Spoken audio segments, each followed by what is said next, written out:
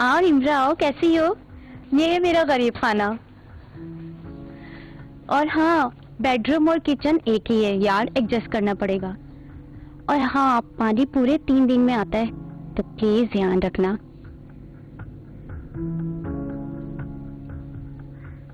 क्या हुआ निम्रा? नहीं कुछ नहीं, मैं सोच रही थी ये घर काफी छोटा नहीं,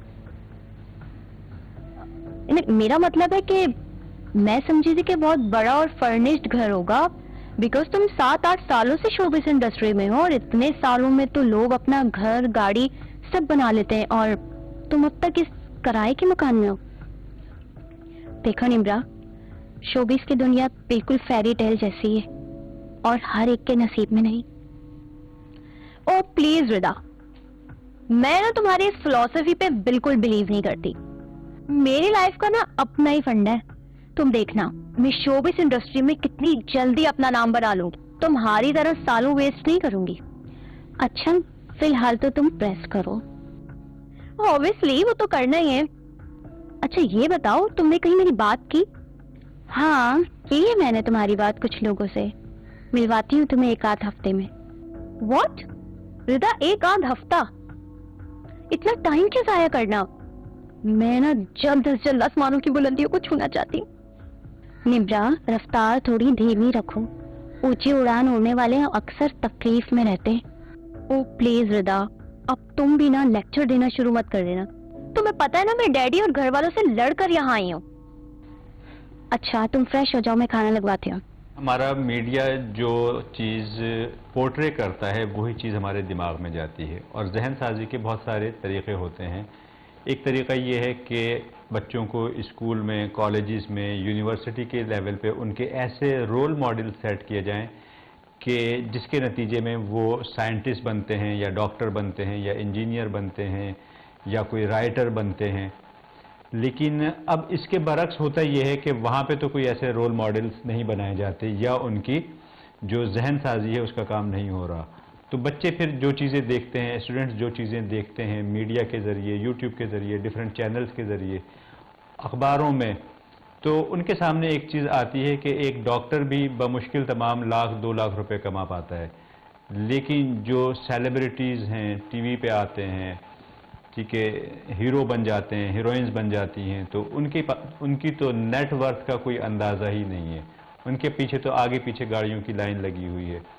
और उससे भी बढ़कर एक स्टेप आगे जब आप जाते हैं, क्योंकि ये तो पैसा तो फिर भी एक इंसान की जो प्राइमरी नीड है, जब इंसान सेल्फ एक्चुअलाइजेशन पे पहुंच जाता है तो फिर उसके माइंड में चीज़ें आती हैं कि उसको उसकी शोहरत हो, उसको लोग जाने। तो ये जो शोबिज़ इंडस्ट्री है, इसमें तो गेम ही सारा नेम, फेम और गेन का है। तो फिर वो जो यूथ है, यंग जनरेशन है, उसके माइंड में जाता है कि यही वो फील्ड है, इसमें सारी चीज़ें मिल रही हैं। तो उसके बाद में फिर वो इसी तरह की चीज़ों में आना शुरू करते हैं और उसके लिए उन्हें कुछ भी करना पड़े। फहीम, कहाँ है मायरा? अब तक क्यों नहीं आई है? ऑलरेडी 2 घंटे से उसका वेट कर रहे हैं। सर मैं अभी भी कॉल कर रहा हूँ। करो। The number you've dialed is not answering. Sir इनका फोन अभी भी बंद आ रहा है। लगता है कामयाबी ज्यादा सर चढ़ गई है। एक वक्त था मेरे ऑफिस के धक्के खाती थी ये। अच्छा मायरा आओ। Hello sir. रिदा तुम कैसी हो? कैसा है ना वो लड़की? मैं ठीक हूँ सर, कोई प्रॉब्लम है क्या? As usual Myra, modelling scenes करने थे, मैडम सेलफोन ऑफ करके बैठी हुई हैं। Definitely night parties. सर आप जानते तो हैं मायरा को, फिर भी अक्सर वो इस तरह करती है। तो फिर क्या करूं? क्लाइंट की रिक्वायरमेंट भी तो ये है। अब कहां से नई मॉडल लाऊं इतने शॉर्ट नोटिस पे, जिसको मॉडलिंग सेंस भी आता हो? सर मुझे मॉडलिंग आती है और मुझे मॉडल पोजेस की भी सेंस है। बताओ ना रिदा ने। जी सर, मैंने आपको बताया था ना, ये मेरी फ्रेंड है, कल ही मेरे पास आई है, मैंने आपसे जिक्र किया तो था। सर प्लीज मुझे एक चांस दे दे, मैं आपको मायूस नहीं करूंगी। कोई और ऑप्शन भी नहीं है, so let's try then. Faheem, इनको अपने साथ ले जाओ और इनका मेकओवर करवाओ, वार्डरोब चेंज करवाओ और इनको सेट पे लाएं।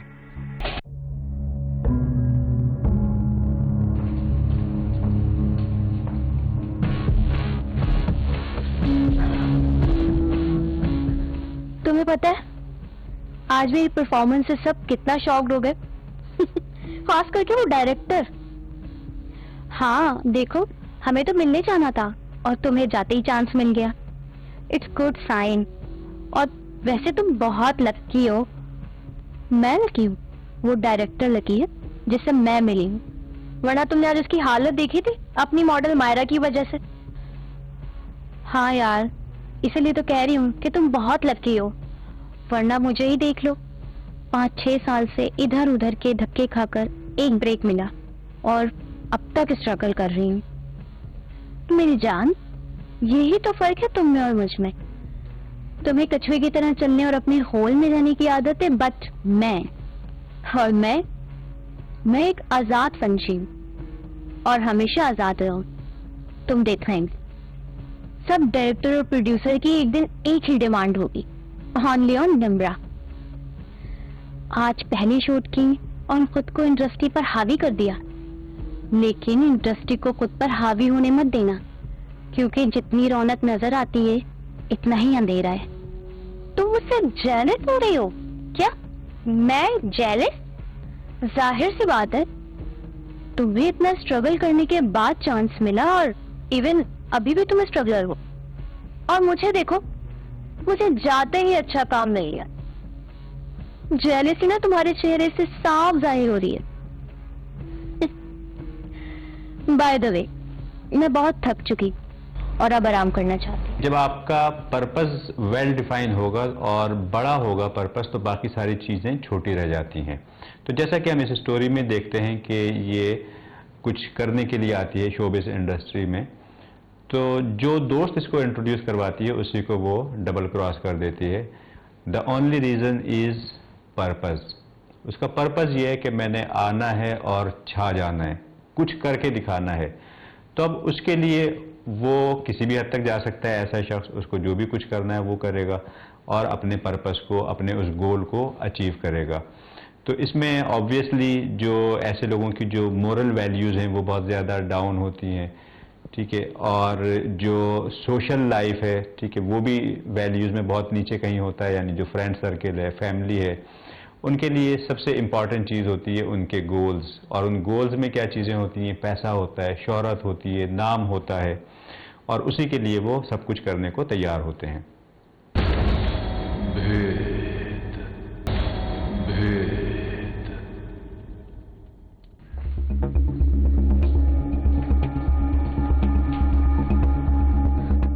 फोन क्यों बंद था तुम्हारा?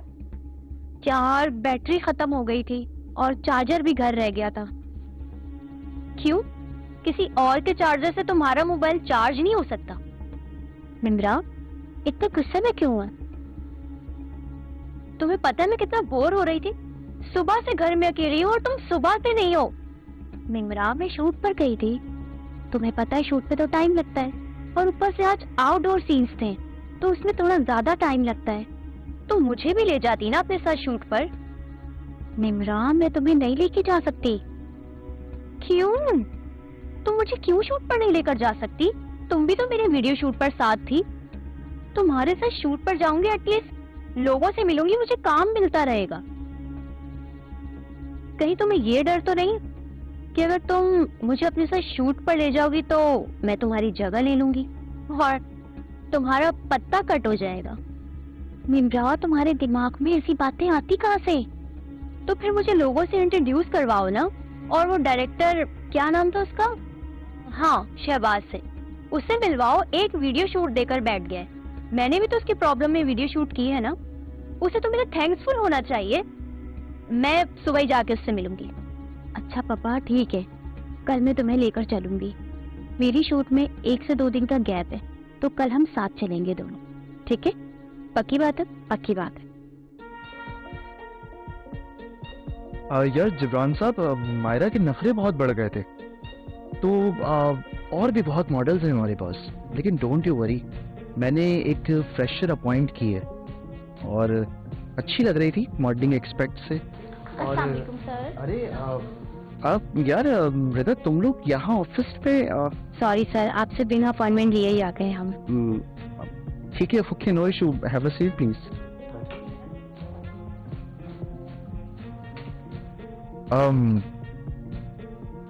मैं जिब्रान साहब इन्हीं की बात कर रहा था। ये हमारे जो हैं प्रोड्यूसर हैं जिब्रान साहब, और जिब्रान साहब ये है निम्रा, और ये है रिदा। रिदा हाशिम जी जानता हूँ मैं, हमारे कई प्रोजेक्ट से इनकार कर चुके, इतने अच्छे प्रोजेक्ट्स छोड़कर बस छोटे मोटे कैरेक्टर करते।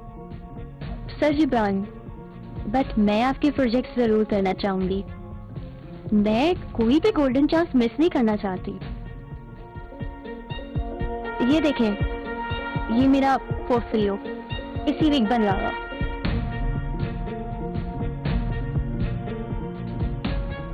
कुछ सीखिए रिदा साहिबा अपनी दोस्त से, ये खुद ख्वाहिशमंद है हमारे साथ काम करने के लिए, लेकिन आपको तो बिना जद्दोजहद किए ही काम मिल रहा था, लेकिन आप फिर भी इनकार कर देती थी।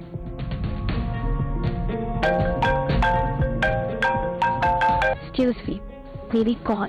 जब कोई भी न्यू कमर आता है और वो एट एनी कॉस्ट कुछ भी करने के लिए तैयार है और उसका द ओनली पर्पस इज के करियर बन जाए, उसका पैसा आ जाए, नाम बन जाए, तो फिर ऐसी सूरत हाल में जो स्ट्रगलिंग वंस होते हैं, जो अपने टैलेंट की बेस पे और अपनी काबिलियत की बेस पे आगे करने के ख्वाब देखते हैं, जो कि मैं कहूँगा सिर्फ ख्वाब ही रह जाते हैं अक्सर लोगों के, क्योंकि इस फील्ड में जब कभी ऐसे लोगों का सामना होगा कि सामने आपके कोई ऐसा शख्स है कि जो आपको नेगेटिवली कुछ ऑफर करता है, आपको कंप्रोमाइज़ करने का कहता है, गिव एंड टेक के इशारे देता है, तो इसका मतलब है कि वो शख्स जो कि अपने टैलेंट की बेस पे कुछ करना चाहता है, तो वो तो एक शदीद स्ट्रेस का शिकार हो जाएगा। बहुत सी दफ़ा ऐसा होता है कि लोग एक पैशन के साथ आते हैं, एक जज्बे के साथ आते हैं कि कुछ करना है, लेकिन ऐसे ही ब्लैक शीप्स की वजह से फिर वो बैकफुट पे चले जाते हैं।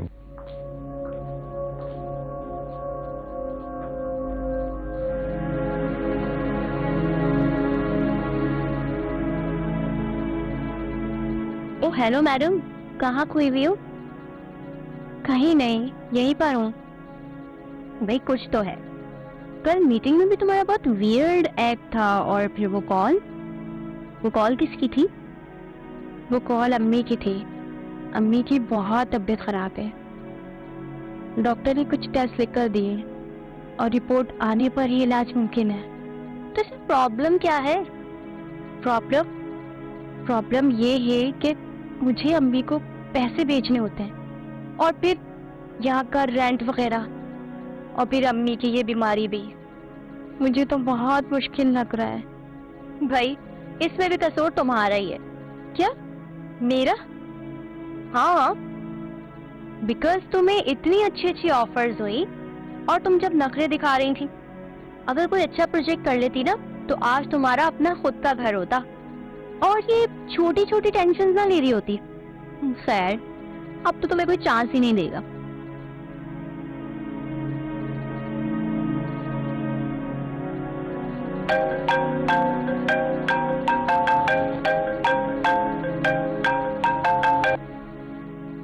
हेलो। अस्सलाम वालेकुम रिदा, क्या हाल है? जी जी, कहिए। तुम्हारे घर से कॉल आई थी, तुम काफी परेशान थी, सब खैरियत है? जी सर, बस वो अम्मी की तबीयत ठीक नहीं है। डॉक्टर ने कुछ टेस्ट दिए हैं, तो फिर उसके बाद ही पता चलेगा। देखो यार, मुझे पता है तुम फील्ड में किस तरह से सरवाइव कर रही हो, और मैं इसको अप्रिशिएट भी करता हूँ, लेकिन यार तुम्हारे इस तरह से चलने से मुझे नहीं लगता कि तुम इतनी जल्दी ऊपर आ पाओगी। तो सर, आप क्या कहना चाहते हैं? साफ लफ्जों में बताएं ना मुझे। अब देखो रिदा, आज जब तुम ऑफिस आई तो तुम्हारे जाने के बाद जिब्रान साहब ने मुझसे डिस्कस किया और अपना इंटरेस्ट शो किया। वो आज भी तुम में इंटरेस्ट रखते हैं और उन्होंने मुझे कहा कि मैं उनकी ऑफर तुम तक पहुंचा दूं।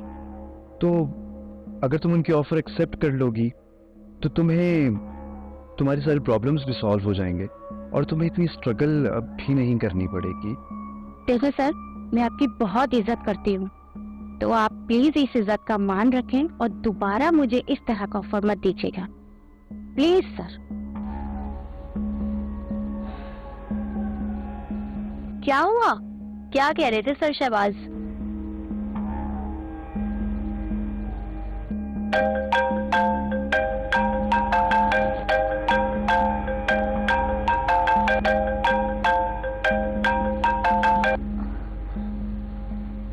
Excuse me.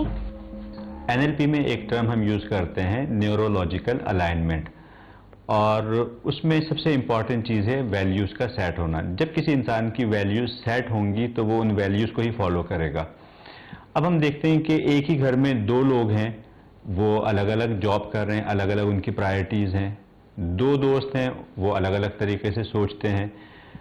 तो वो क्यों अलग तरीके से सोचते हैं? क्योंकि उनके माइंड में जो वैल्यूज़ हैं वो डिफरेंट डिफाइन हुई हुई हैं। एक शख्स है, उसकी जो टॉप वैल्यू है वो है सेल्फ इस्टीम, उसकी टॉप वैल्यूज़ में आता है फैमिली, मोरल वैल्यूज़। दूसरा शख्स है, उसकी टॉप वैल्यूज़ में आता है पैसा, उसकी टॉप वैल्यूज़ में आता है शोहरत, नाम, उसकी टॉप वैल्यूज़ में आता है, यानी जो उसकी जो लीस्ट वैल्यूज़ हैं, जो प्रायोरिटीज़ में सबसे नीचे है, उसमें आती है उसकी सेल्फ रिस्पेक्ट या सेल्फ इस्टीम। तो अब वो शख्स क्या करेगा कि जिसकी टॉप वैल्यूज़ में, जो उसकी वैल्यूज़ में जो हायरार्की है, उसमें सबसे पहले उसकी फैमिली है, मोरल वैल्यूज़ हैं, सेल्फ इस्टीम है, एथिक्स हैं, तो वो कभी भी ऐसी चीज़ नहीं करेगा कि उसके लिए इन चीज़ों को कंप्रोमाइज़ करना पड़े। लेकिन जिसकी टॉप वैल्यूज़ में पैसा ही सब कुछ है, सबसे ऊपर है, शोहरत सबसे ऊपर है, तो फिर वो पैसे और शोहरत के लिए अपनी सेल्फ इस्टीम को कंप्रोमाइज़ कर देगा।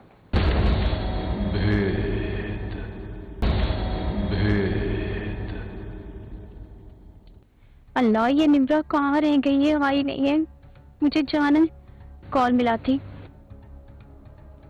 The number you've dialed is not. Phone भी बंद है, कब आएगी?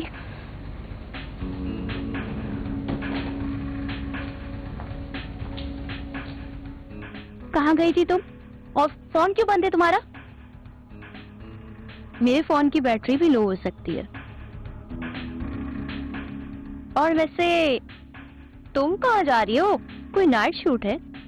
जी नहीं, अम्मी की कॉल आई थी, उनकी बहुत ज्यादा तबीयत खराब हो गई है, उनकी तरफ जा रही हूँ। कुछ दिन लगेंगे मुझे आने में। निम्रा तुम अपना मोबाइल मेरी कार में भूल गई थी। Thank you Jibran. तुम तो जा रही थी ना, जाओ। कहीं जा रही हो तो मैं ड्रॉप कर देता हूँ। No thanks. As you wish. Bye Nimra.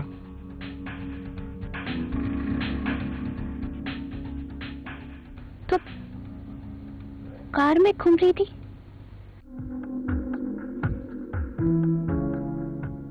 कि आखिर निम्रा को हुआ क्या है? मुझे पूरे 15 दिन हो गए यहाँ आए हुए, और ना ये कॉल कर रही है ना ये कॉल उठा रही है। क्या बात है बेटा, इतनी परेशान क्यों? कुछ नहीं अम्मी।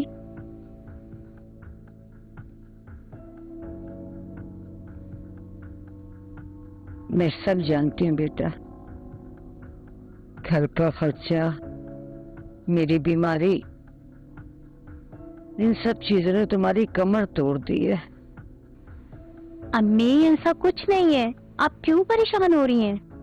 यही है बेटा, क्योंकि तुम कुछ बोलते ही नहीं हो। अम्मी, आपको डॉक्टर ने टेस्ट लेने से मना किया है ना, तो फिर आप क्यों इतना सोच रही हैं? मैं क्या करूं बेटा, मुझसे तुम्हारे चेहरे की उदासी नहीं देखी जाती। अच्छा, आप परेशान मत हो, आप रेस्ट करें।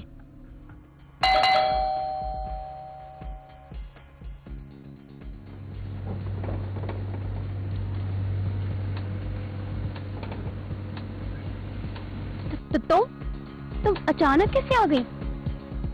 तुम फोन उठाओगे तो तुम्हें कुछ बताऊंगी ना। अम्मी आए, आपके बाहर खड़ी हुई हैं।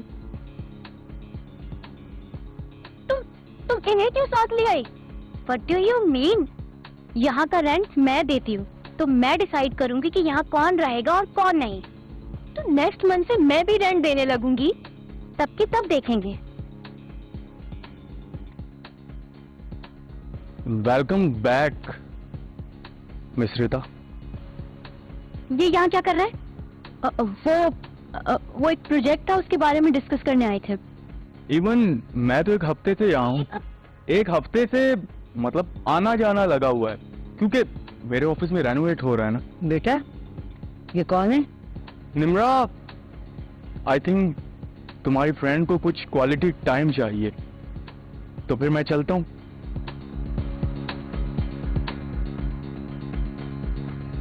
बाय। ये मेरे घर में क्या कर रहे हैं? वो भी मेरी गैर मौजूदगी में? तो क्या तुम्हारी मौजूदगी में आता? और तुम्हारी टर्म्स में वैसे भी कोई बर्दाश्त नहीं कर सकता, और मुझे अब तुम्हारी कोई जरूरत नहीं है। इसका मतलब तुमने इसका प्रोजेक्ट एक्सेप्ट कर लिया। बुराई क्या है रिदा? निम्रा, इसके प्रोजेक्ट में बुराई नहीं है, इस शख्स में बुराई है, इसके ऑफर में बुराई है। बस अपना दिमाग चलाने की ना ज्यादा जरूरत नहीं है। ये प्रोजेक्ट मुझे मेरी मेहनत से मिला है। हाँ, जानती हो कितनी मेहनत से मिला है। उस दिन मैंने शहबाज सर की ऑफर ठुकरा दी, तो इसने तुम्हें ऑफर दे दी। बस करो निदा, अपने काम से काम रखो। सही नहीं कर रही हो निम्रा, तुम बहुत पछताओगी। तुम्हें पता है, शोबिज़ में मैं 8 साल से हूँ, और इस 8 साल में इसने मुझे कई बार ऑफर किए, और मैंने हर बार इसका ऑफर ठुकराया है। फिक्र मत करो रिदा, अब ये ऑफर तुम्हें नहीं मिलेगी, क्योंकि मैं आ गई हूँ ना। तुम्हें बहुत मौके मिले, तुम अपनी जिंदगी बदल सकती थी, मगर तुमने ना किया ना थी। और अब देख लो, आसमान की बुलंदियों को छूना मेरा पैशन है, और इस पैशन के लिए मैं कुछ भी कर सकती, कुछ भी। समझी निम्रा? तुम मुंह के बल गिरोगी, और मैंने तुम्हें यहाँ रहने को दिया। मुझे ना तुम्हारे इस कैद खाने में रहने का कोई इंटरेस्ट नहीं है। I have no interest. मैं जा रही हूँ अपनी मंजिल पाने, और तुमने 8 साल दिए इस शोबिस इंडस्ट्री को, और तुम कहाँ हो? मैं तुम्हें बताऊंगी 8 महीनों में कि मैं क्या। समझ आई तुम्हें?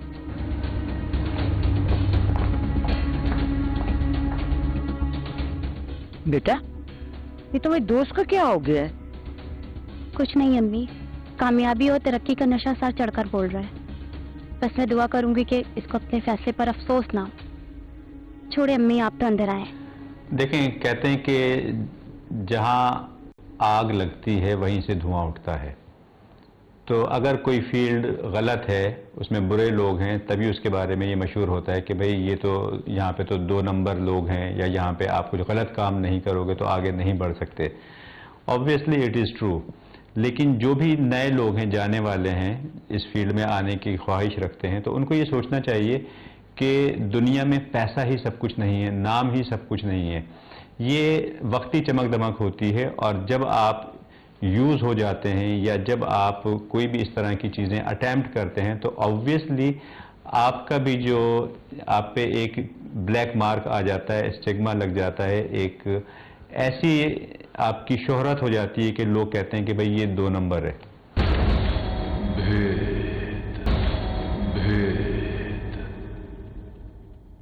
मैं जो बनना चाहती थी वो मैं बन ही नहीं पाई। कोई मुझे समझ ही नहीं सका। न्यूज रूम तक तो आ गई, लेकिन न्यूज कास्टर नहीं बन सकी। Cut cut.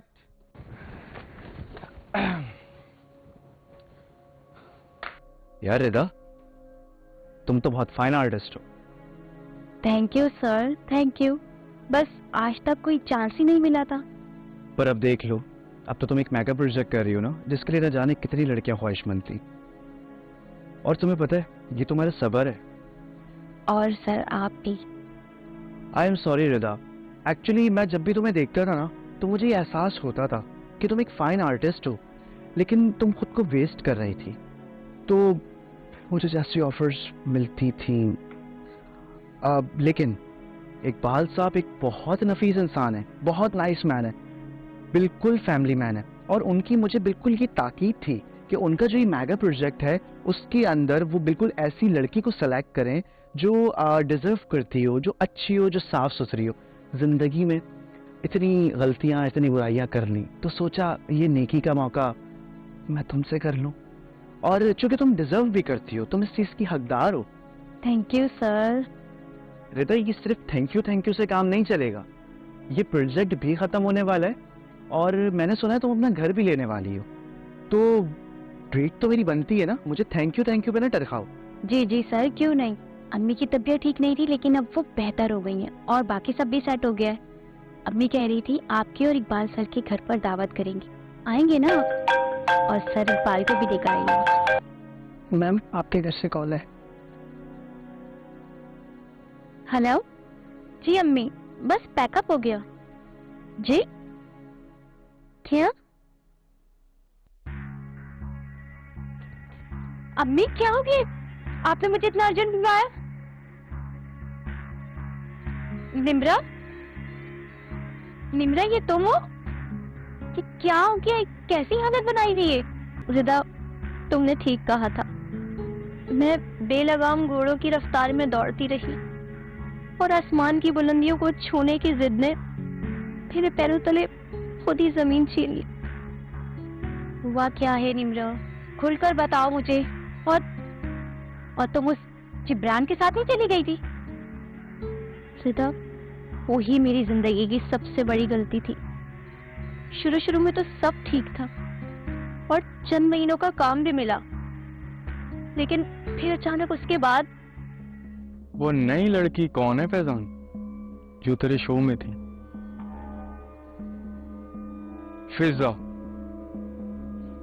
नाम सुनते ही दूसरी दुनिया में पहुंच गया हूं। कौन? निम्रा?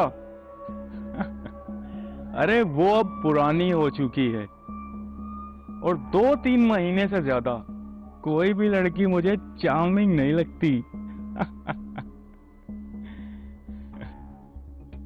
तो ये है तुम्हारी असलियत?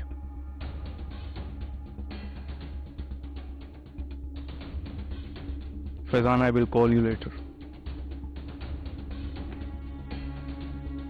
मेरी असलियत की बात करने वाली की खुद की क्या असलियत है, जो अपने मतलब के लिए। बकवास बंद करो अपनी, जबान संभाल कर बात करो जिब्रान। मैंने तुमसे मोहब्बत की थी। मोहब्बत? तुम जैसी लड़कियां मोहब्बत नहीं, दौलत चाहती, जिसके लिए वो कुछ भी कर सकती हैं, और हम दोनों तो एक दूसरे का फायदा। फायदा? तुम मेरा फायदा उठाते रहे? ओ मैडम, प्लीज ये ड्रामा बंद करो, और जो फ्लैट मैंने तुम्हें दिया है ना, खाली करो। व्हाट? जिब्रान, मैं कहाँ जाऊंगी? Your problem. वैसे भी अब वहां फिजा रहेगी। Very bad Jibran, very very. I will expose you. Why not? Try करके देख लो। और वैसे भी यहाँ की हर बड़ी मछली मेरे तालाब का पानी पीती है। वो तुमने कहावत तो सुनी होगी, समंदर में रहकर मगरमच्छ से बैर रखना नहीं चाहिए।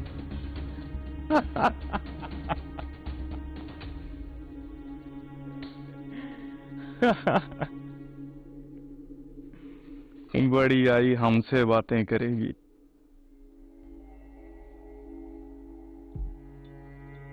रिदा, फिर उसके बाद मुझे किसी ने कोई बड़ा काम नहीं दिया। एक्स्ट्रास के रोल देते थे, और जिब्रान की मिसालें देके कुछ लोगों ने तो मुझे काम की ऑफर भी दी, मगर 1-2 दिन से ज्यादा की नहीं। फिर मुझे नशे की लत लग गई और इस लत की खातिर मैंने दर-बदर की ठोकरें खाई। मजबूरन अपने अम्मी अब्बू के घर भी गई। उन्होंने मुझे नहीं रखा ये कहकर कि ऐसी लड़की से हमारा कोई वास्ता नहीं, और मजबूरन मुझे तुम्हारे पास आना पड़ा। निम्रा, मैं इसीलिए समझाती थी ना तुम्हें। और ये जिब्रान जैसे तो कई आए और अपनी मुंह की खा के गए, लेकिन मैंने अपना दामन दागदार होने नहीं दिया। और देखो, आज मैं अल्लाह के फजलो करम से उसी मकाम पर हूँ जो मैं हासिल करना चाहती थी। बेटा, मुझे तुम पे फख्र है। कितनी भी मजबूरियां रही हूं, तुमने कोई भी गलत कदम नहीं उठाया। अल्लाह तुम जैसा हौसला हिम्मत सबको अता फरमाए। जैसा कि हमने इस स्टोरी में देखा कि जो स्ट्रगलिंग कैरेक्टर है वो आगे बढ़ जाता है, और जो लड़की आई थी और बड़े बड़े सपने थे उसके, वो सारे सपने चकनाचूर हो जाते हैं। तो इसको अगर हमारी नई जनरेशन अपने जहन में बिठा ले कि ये जो शोबा है, ये जो इंडस्ट्री है, शोबिज़ है, इसमें जब कभी आपको ऐसे लोग मिलें कि जो आपको 2 नंबर तरीके से आगे बढ़ने के लिए ऑफ़र करते हैं, तो ये ऐसे ही समझें आप इसको कि जैसे किसी यूनिवर्सिटी या कॉलेज में प्रोफेसर होते हैं और वो कहते हैं कि आप कंप्रोमाइज़ करें और हम आपको टॉप पे ले जाएंगे। तो अगर आप कंप्रोमाइज़ कर भी लेते हैं तो उस टॉप का कोई फ़ायदा नहीं होगा, वो आपने दोबारा से आपको उसकी कॉन्सिक्वेंसेस जो हैं वो फेस करने ही पड़ेंगे। ये एक ऐसी इंडस्ट्री है कि जिसमें जब आप टैलेंट के साथ आते हैं और अपना लोहा मनवाते हैं तो दुनिया आपको बरसों याद रखती है।